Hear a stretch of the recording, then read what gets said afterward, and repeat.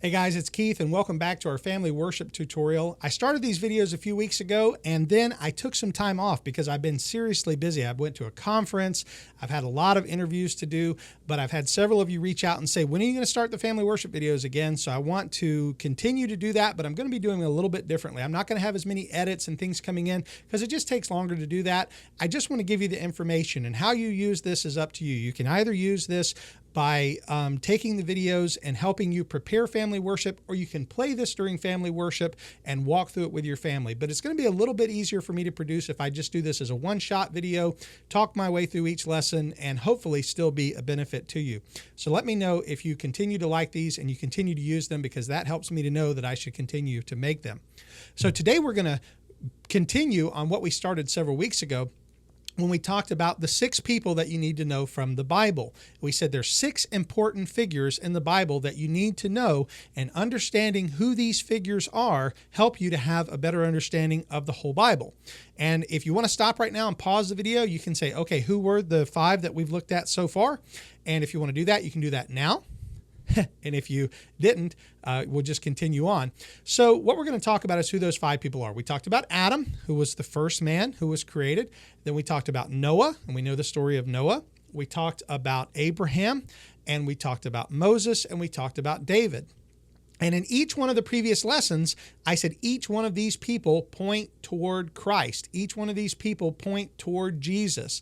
And so today begins our conversation about Jesus, because we need to think about the fact that we need definitely more than just 1 week to talk about Jesus, because Jesus is the whole reason for the Bible. The Old Testament points forward to Jesus. The Gospels tell us about the life of Jesus. The book of Acts tells us of the ministry of the apostles who followed Jesus. And then all of the epistles after that tell us about what the theology and the ministry of the church and what they believed about Jesus and what we should believe about Jesus. And then, of course, the Revelation of John tells us about the return of Jesus. So there's so much that we need to understand, but the most important thing is that Jesus is the very center of the Bible. The Old Testament points forward to him, and the New Testament is revealing him. And what does it reveal to us about Jesus? Well, today we're going to be talking about something called the hypostatic union. The hypostatic union means the union of natures that are in Christ as the one person of Jesus Christ who has 2 natures. And the word hypostatic actually just comes from the word which means nature or essence. And when we talk about Jesus, Jesus has 2 natures. He has a divine nature and he has a human nature. His divine nature is not partially divine, half divine, 3/4 divine, or even 99% divine.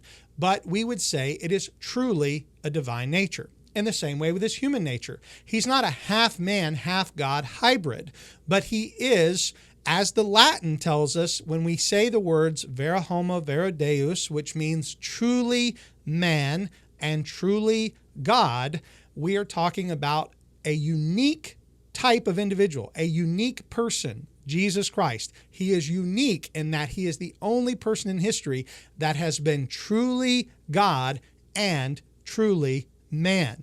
And so we can say that the fullness of the Godhead dwells within him bodily. That's what the Bible tells us. And that's what we mean when we say the word hypostatic union. Now, some people don't know that word, and that's okay. You don't have to know the word hypostatic union, but it's important to understand concepts by the names that they're used. In case you hear someone else use that term, you'll now know what it means. Hypostatic union means the union of natures of the divine and the human in the one person of Jesus Christ. Now, I'm going to give you a Bible verse that you can remember for this week. And the Bible verse this week is John 1:1. I bet you many of you already know it. So if you want to stop right now and pause the video and go around and say, is there anybody in the room who knows it? Mom, Dad, do you know John 1:1? Kids, have you already, maybe through Sunday school or through home study or maybe through something else, you've already learned John 1:1? But if you haven't, here it is. John 1:1. In the beginning was the Word, and the Word was with God, and the Word was God. That's a super important verse. It tells us that Jesus Christ, because it's talking about him. When it says the Word, it's talking about Jesus. We know that because later in the same chapter, it says the Word became flesh and dwelt among us. And so we know that the Word there is John's way of speaking about Jesus. In Greek, it's the word logos, and it's talking about Jesus. And so it says, in the beginning was the Word. Jesus was there in the beginning. And the Word was with God. He was with the Father. And he was God because he's fully God. He is vera homo, vera deus. He is truly man and truly God. So this is what we learned this week, and we're going to continue to study about Jesus in the weeks to come. I hope this new format continues to work for us. And if you have questions or something you want me to address in a future family worship video, please send me a message. I'd be glad to do it. I want to ask that you please leave a comment if you're enjoying these videos. Hit the thumbs up button if you liked it. Hit the thumbs down button twice if you didn't. And please subscribe to the channel if you're enjoying the content. And if you really want to help out, share it with someone. Thanks again for being a part of Family Worship, and I'll see you next time.